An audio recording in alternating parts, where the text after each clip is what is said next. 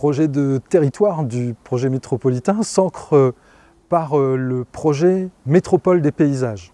En fait, le principe de paysage, c'est un principe très généraliste qui se fonde sur l'empreinte de l'homme, donc l'activité humaine dans son territoire, dans le territoire où il vit.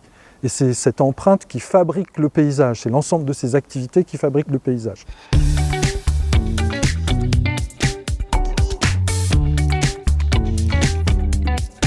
Dans le projet de territoire, le SCOT véritablement pose les espaces naturels comme des éléments qui sont à la fois à protéger, mais aussi à intégrer pleinement dans l'activité humaine. C'est-à-dire qu'il ne s'agit pas de les mettre uniquement sous cloche, mais c'est de trouver les modalités de les faire cohabiter, de faire cohabiter avec l'humain.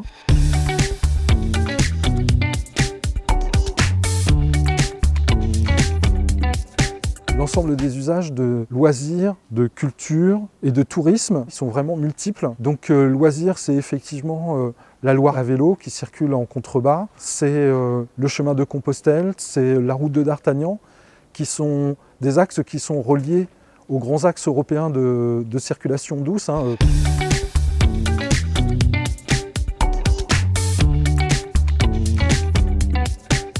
La Loire, c'est aussi un espace au bord duquel on cultive historiquement depuis très longtemps.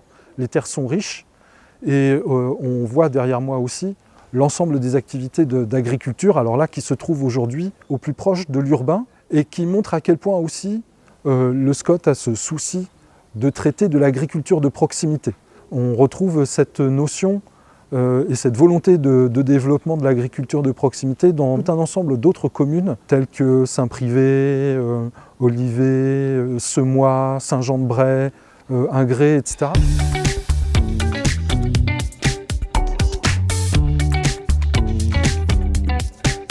Alors on est ici dans le centre-bourg, le cœur historique de Saint-Mémin, pour expliquer que le projet de territoire veut absolument travailler sur la mise en valeur du patrimoine local.